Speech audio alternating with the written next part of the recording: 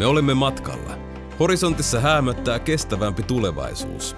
Kuten mitä tahansa matkaa, tätäkään ei taiteta puhumalla, vaan tekemällä. Ottamalla konkreettisia askeleita yksi toisensa jälkeen. Lopulta askeleista muodostuu kokonaisuus. Polku matkan alusta loppuun. Meille askeleet ovat käytännön tekoja. Joskus pieniä, joskus suuria. Joskus yksin aherrettuja, joskus muiden kanssa rakennettuja. Silti kaikki olennaisia päämäärän kannalta.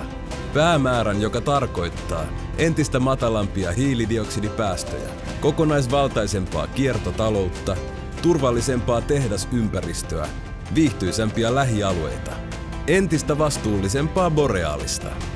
Tehtävää on paljon. Uteliaiden tekijöidemme halulla kehittää ja kehittyä onnistumme varmasti. Lähde seuraamaan uteliaiden asiantuntijoidemme vastuullista matkaa.